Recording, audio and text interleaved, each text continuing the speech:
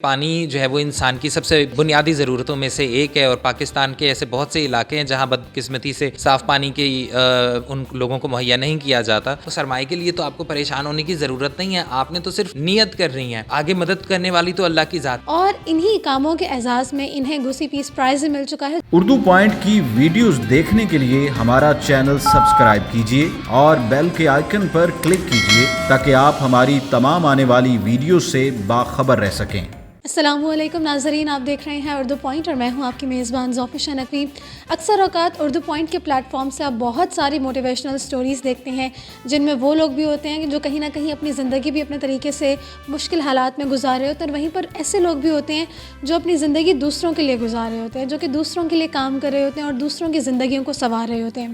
آج کی اس ویڈیو میں بھی میں آپ کی ملاقات ایک ایسے شخص سے کرانے جا رہی ہوں جو کہ پیشے کے اعتبار سے تو ایک بینکر ہیں، لیکن وہ جانے اپنے فلاحی کاموں کی وجہ سے جاتے ہیں جن میں ان کے انٹرفیتھ ہارمنی، پیس کے اوپر کام ہے. اس کے علاوہ ہیومینیٹیرین ورک بہت زیادہ ہے، اور انہی کاموں کے اعزاز میں انہیں گوسی پیس پرائز مل چکا ہے جو کہ فلپینس کا ایک بہت بڑا اعزاز ہے، جو کہ اب تک پاکستان میں صرف 2 لوگوں کے پاس ہے، جن میں سے ایک ہے فرحان ولایت بٹ. تو آئیے ان سے بات کرتے ہیں اور ان سے ان کے کام کے بارے میں جانتے ہیں. السلام علیکم سر. وعلیکم السلام. کیسے ہیں آپ سر؟ اللہ کا شکر، آپ سنائیے. الحمدللہ. سر سب سے پہلے تو آپ کو بہت مبارک ہو کہ پاکستان میں اب تک یہ 2 لوگوں کو اعزاز مل چکا ہے، جن میں سے ایک آپ ہیں، اور پیس ایوارڈ ہے. اس کا مطلب یہ کہ پیس کے لیے، امن کے لیے کیے جانے والے کام کی وجہ سے ملے. تو سر مجھے بتائیے گا کہ کون کون سے آپ نے ایسے وہ کام کیے جن کی وجہ سے آپ کو اتنا بڑا اعزاز ملا؟ سب سے پہلے تو جس چیز کو انہوں نے سب سے اوپر رکھا، میرے بہت سارے مختلف پروجیکٹس ہیں، جس پروجیکٹ کو انہوں نے سب سے ہائیسٹ رینکنگ پہ رکھا وہ ہمارے واٹر ریلیف پروجیکٹس ہیں، کیونکہ ان کا کہنا تھا کہ پانی جو ہے وہ انسان کی سب سے بنیادی ضرورتوں میں سے ایک ہے، اور پاکستان کے ایسے بہت سے علاقے ہیں جہاں بدقسمتی سے صاف پانی کی ان لوگوں کو مہیا نہیں کیا جاتا. تو ہمارے واٹر ریلیف پروجیکٹس کو سب سے ابو آل تمام ریٹنگس میں سب سے اوپر رکھا گیا تھا. اس کے علاوہ بھی ہمارے بہت سارے پروجیکٹس ہیں. ہمارے زکوٰۃ فنڈ سے کافی سارے چیریٹی پروجیکٹس وغیرہ چلائے جاتے ہیں، جس میں سے معذور افراد کے لیے ویل چیئرس کا بندوبست، بیوہ خواتین کے لیے کو ایز این انٹرپرینور کام کرنے کے لیے انہیں سیونگ مشینز وغیرہ کی ڈسٹریبیوشن. اس کے علاوہ ہمارے اور بہت سارے پروجیکٹس ہیں، انٹرفیتھ ہارمنی سے ریلیٹڈ پروجیکٹس ہیں، جس میں پیس ٹورز وغیرہ بھی ہوتے ہیں، شارٹ تھیٹر پرفارمنسز بھی ہوتی ہیں. اس کے علاوہ پاکستان سے باہر بھی ہم نے کافی سارے پروجیکٹس وغیرہ کمپلیٹ کیے ہیں 2018 اور 2019 میں، جس میں نائجیریا میں فوڈ ڈرائیوز وغیرہ ہم نے چلائیں رمضان المبارک کے مہینے میں. اس کے علاوہ برما کے جو ریفیوجیز تھے ان کے لیے ان کو ہم نے کافی ساری فنڈ ریزنگ ان کے لیے بھی کی کہ وہ ایز این انٹرپرینور اپنا کام سٹارٹ کر سکیں، بجائے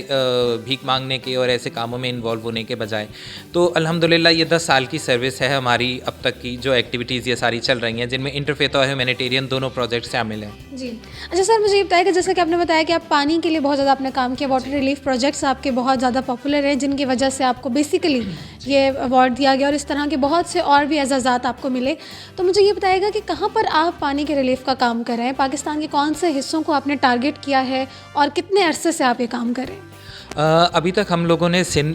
ہم نے شروعات سندھ سے کی تھی، اس کے بعد ہم نے بلوچستان کو بھی کور کیا، ساؤتھ پنجاب کو بھی کور کیا. ہمیں ایک